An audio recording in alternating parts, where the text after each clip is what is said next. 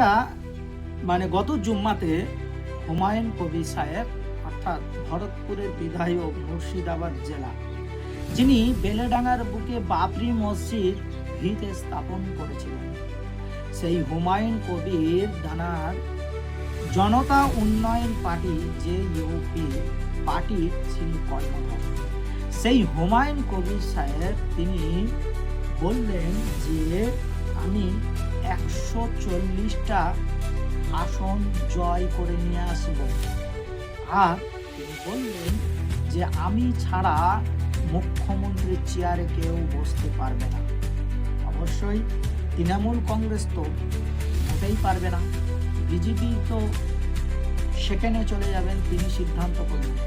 সেই হুমায়ুন কবির তিনি গেলেন ফুরফুরা শরীফ, কারণ রাজনীতি ফুরফুরা থেকেই অনেক কিছু ম্যাটার করে। সংখ্যালঘু সম্প্রদায়ের মানুষেরা ফুরফুরার দিকে এক অংশ তাকিয়ে থাকে, ফুরফুরা শরীফ থেকে যা ইশারা করবেন সেইভাবে ভোট দেবে। এটা বরাবরই পূর্বের ইলেকশনগুলো আমরা দেখে এসেছি।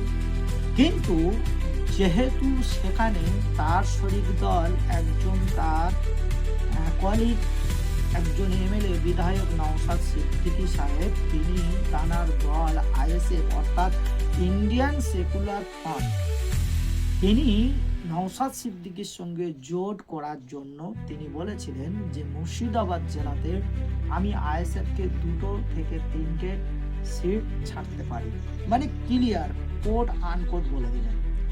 আর তারপরে ফুরফুরা শরীফে ঘুরে দেখলেন নওশাদ এবং আব্বাস সিদ্দিকীর সঙ্গে অফিসে গিয়ে দেখা করতে চাইলেন, কিন্তু নওশাদ সিদ্দিকী সাহেব তার সঙ্গে দেখা করল না। পরবর্তীতে নওশাদ সিদ্দিকী সাহেব বললেন আমি ছিলাম না, দেখা হয়নি, তবে উনি যদি বা চিঠি করে নিশ্চয়ই তার প্রশ্ন করলে উত্তর দেব, আর আমার সিদ্ধান্ত আমি একদম অমার। নওশাদ সিদ্দিকী বলে দিলেন যে উনি যে 33 আর 47 এইরকম একটা হিসাব বলে এক সময় বলেছিলেন যে 33% হিন্দু সম্প্রদায়ের মানুষ মুর্শিদাবাদে বসবাস করে, কেটে গাঙের জলে ভিজিয়ে দেবো। এই কথাটা খুব নওশাদ সিদ্দিকী সাহেব তিনি বলেন এই কথাটা প্রত্যাহার করলে তবে আমি তার দলের সঙ্গে জোর দেবো না সেটা তো বলা বক্তব্য। জুম্মার দিনে যখন নওশাদ সিদ্দিকীর সঙ্গে দেখা হলো না হুমায়ুন কবির সাহেব, তিনি চলে আসলেন এবং তিনি সাংবাদিকদের সামনে বললেন যে আমি বুঝতে পারছি নওশাদ সিদ্দিকী তিনি এই গন্ডগোলটা করছে, জোট সে করতে চাইছে না, চালাকি করছে। চালাকি করলে কারণ নওশাদকে হারাবো, অবশ্যই হারাবো, নওশাদের বিরুদ্ধে প্রার্থী দেবো। কারণ আমার কাছে খবর আছে, দর্শক বলছেন যে আমার কাছে খবর আছে নওশাদ সিদ্দিকী মমতার সঙ্গে পার্সোনাল বৈঠকে বসছে সিট শেয়ার করার জন্য।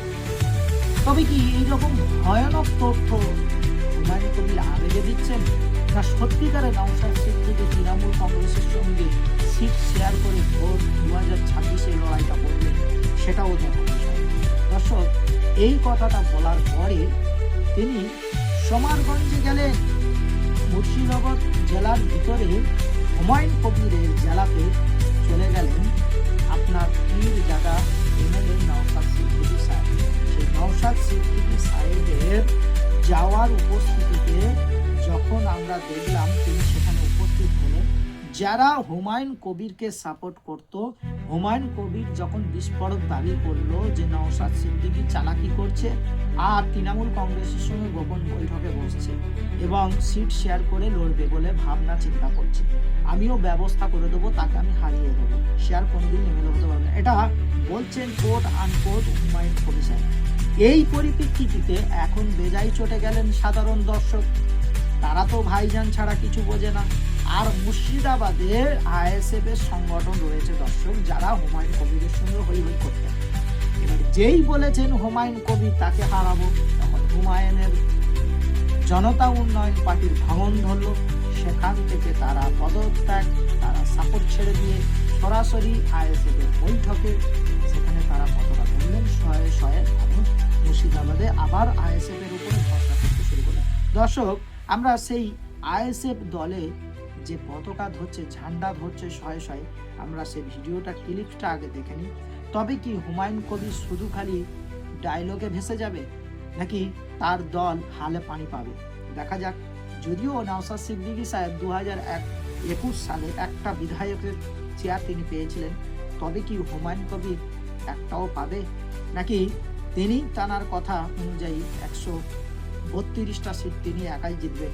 সেটা সত্যি হবে, সেটা সময় বলবে। চলুন দর্শক, আগে আমরা দেখে আসি এই হুমায়ুন কবিরের বলার বিস্ফোরকের পরে নওশাদ সিদ্দিকীর দলে হুড়হুড় করে যেন ঝড়ের গতিতে সব লোক আইএসএফে জয়েন করতে শুরু করলো। তবে কি হুমায়ুন কবির ভুল করলেন বলে? চলুন দর্শক, আগে আমরা দেখুন। সাহেবের হাতে পতাকা তুলে দেয়া হবে। পতাকা তুলে দেবেন আমাদের জেলা নেতৃত্ব, জেলা কনভেনার মহিবুল মণ্ডল, জেলা নেতৃত্ব ইমদাদুল ইসলাম এবং আমাদের শাহজাহান ডাক্তার ভাই আর আব্বাস মণ্ডল, এরা 4 জন মিলে শামীম মোল্লার হাতে পতাকা তুলে দেবে। শাহজাহান ভাই ধরুন, পতাকা ধরুন। ইনকলাব জিন্দাবাদ, ইনকলাব জিন্দাবাদ। এই শামীম মোল্লার নেতৃত্বে শতাধিক কর্মী স্বাগতম, এই শামীম মোল্লার নেতৃত্বে শতাধিক কর্মী স্বাগতম।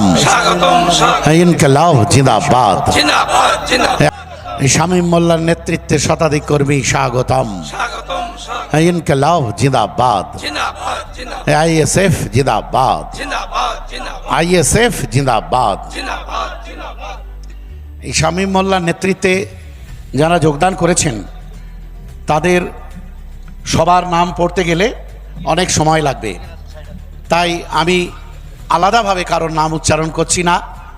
শুধু শামীম মোল্লার নেতৃত্বে যোগ দিয়েছেন যারা, তাদের সকলকে আমি দলের রাজ্য সভাপতি হিসাবে স্বাগত জানাচ্ছি এবং দলে তাদেরকে গ্রহণ করছি। কালীগঞ্জ বিধানসভায় বাই ইলেকশনে কলকাতা থেকে একটা মন্ত্রী এসেছিলেন। মুসলমানদের তিনি মুখ্যমন্ত্রী সাজতে চান, মুসলমানদের সমস্ত সমস্যা তিনি নাকি সমাধান করতে চান। তার নামটা কি বলুন তো? বড় আকাব চোর। কি না? বড় আকাব চোর। কি না? বড় আকাব চোর। ওই বড় আকাব চোর হাজার হাজার কোটি টাকার হিসাব যদি নেওয়া হয় ঠিক করে, সম্পত্তি লুট করে রেখেছে, আর কালীগঞ্জে সে গল্প শোনাচ্ছে ভোটটা আমাদেরকে দাও, না হলে বিজেপি চলে আসবে। আরে তুমি বিজেপির থেকে কোন অংশে কম যাচ্ছ আগে বলো। বিজেপি অন্তত আইন করে ওয়াকফ সম্পত্তিটাকে লুটে নেওয়ার চেষ্টা করছে, কেড়ে নেওয়ার চেষ্টা করছে। তুমি বিনা আইনে যেটা দখল করে রেখেছো ওটা আগে বার করে দাও। কি বলছি বুঝতে পেরেছেন? বড় ওয়াকফ চোর। দায়িত্ব নিয়ে আমি বলতে পারি ওয়াকফ সম্পত্তি শাসক দলের নেতারা লুটপাট করে খাচ্ছে। তারা কি করে আপনার ওয়াকফ সম্পত্তি বাঁচাবার কথা বলবে? বরঞ্চ তারাও চেষ্টা করছে কেন্দ্রের হাতে চলে যাক, আমরা ভাগ করে নেব। যেটা পড়ে আছে কেন্দ্রের সরকার তুমি নিয়ে নাও, যেটা আমরা দখল করে রেখে দিয়েছি তুমি সেটা হাত দিও না।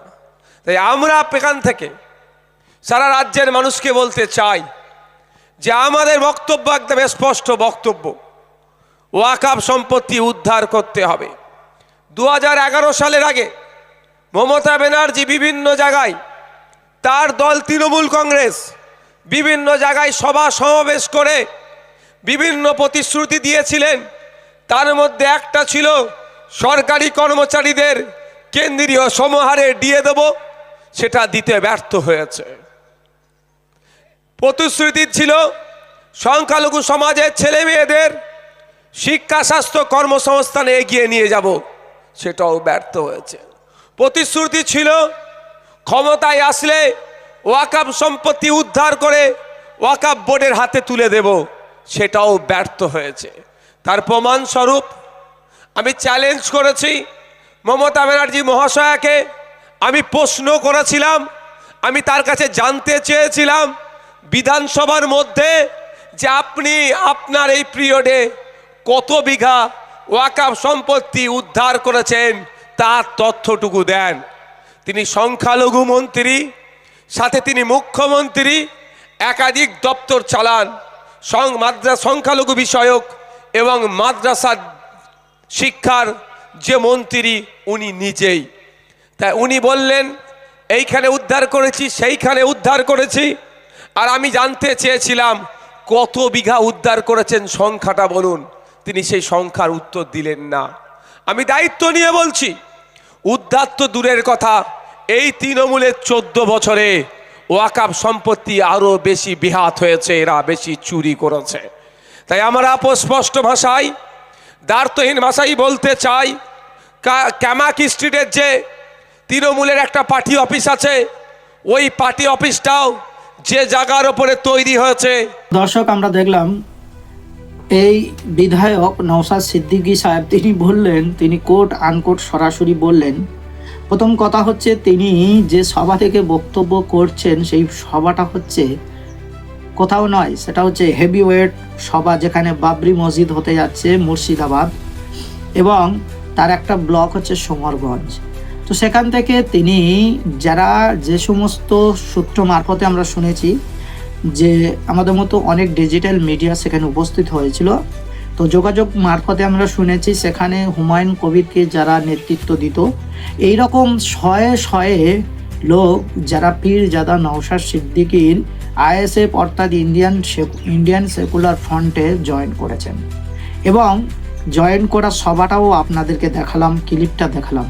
সাথে সাথে এই নওশাদ সিদ্দিকী সাহেব তিনি তৃণমূল কংগ্রেসের প্রধান মাননীয় মুখ্যমন্ত্রী, আমাদের বর্তমান মুখ্যমন্ত্রী মমতা বন্দ্যোপাধ্যায়কে কোট আনকোট তোপ দাগলেন। তিনি বললেন যে ওয়াকাফের বড় চোর যদি কেউ থাকে তো সেটা হচ্ছে মমতা বন্দ্যোপাধ্যায়। তিনি ওয়াকাফ নিয়ে মুসলমানদেরকে গোলাগুলি করতে নিষেধ করেছেন, অর্থাৎ সেই ওয়াকাফের সম্পত্তি ভোগ করছেন তৃণমূল কংগ্রেসের কিছু নেতাকর্মী দখল করে বসে রয়েছে।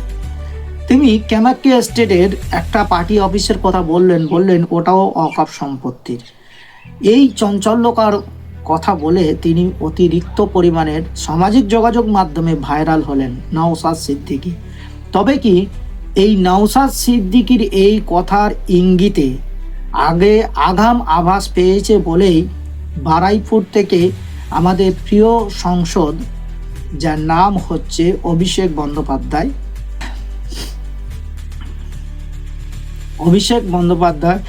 তাই তিনি কি বলেছিলেন যে ভাঙড় সিটটা আমার চাই মাস্ট। সেই কারণে কি রাতারাতির মধ্যে এই ভাঙড়ের আশেপাশে যত অঞ্চল আছে সেই অঞ্চলে আমরা কদিন আগে চোখ রাখলে দেখতে পেয়েছি আরাবুলের ছেলে এবং কাইজার আহমেদের সঙ্গে বিধায়ক শওকাত মোল্লার একটা গোষ্ঠীদ্বন্দ্ব প্রকাশ্যে আসলো এবং ভাঙচুর করলো পেট্রোল পাম্প এবং আরাবুলের ছেলেকে বেধড়ক মার, এবং তাদেরই তৃণমূল কংগ্রেসের একজন সদস্য তাকে মেরে হসপিটালে ভর্তি করলো। সব মিলিয়ে যেন রাজনীতি কোথাও যেন গুলিয়ে হয়ে গেছে। দর্শক, বলার বক্তব্য যে এই নওশাদ সিদ্দিকী কি তবে ভোটের কিং মেকার হতে যাচ্ছে? পলিটিক্সে কি নওশাদ সিদ্দিকী বিরোধীদের পথের কাঁটা হয়ে দাঁড়াচ্ছে? এটা কিন্তু বিষয় আমরা বুঝতে পারছি, উপলব্ধ করতে হবে। ভোট বিশ্লেষকরা বলছে যে হুমায়ুন কবির কতটুকু ভোট সংখ্যালঘু পাবে সেটার কোনো এখন আস্থা নেই।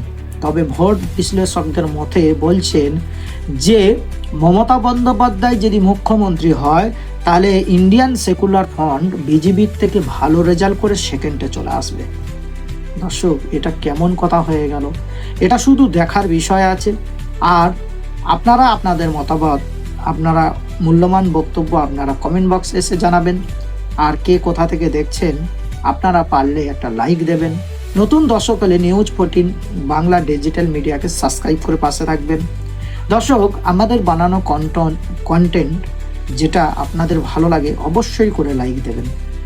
একটা কন্টেন্ট যা অনুপ্রাণিত জায়গায় আপনাদের সাবস্ক্রাইবারের, যা আপনারা যদি ফেসবুক থেকে দেখেন তবে অবশ্যই পেজটাকে ফলো দিয়ে পাশে থাকবেন। দর্শক, ভালো থাকুন, সুস্থ থাকুন। দেখা হচ্ছে পরবর্তী ভিডিওতে।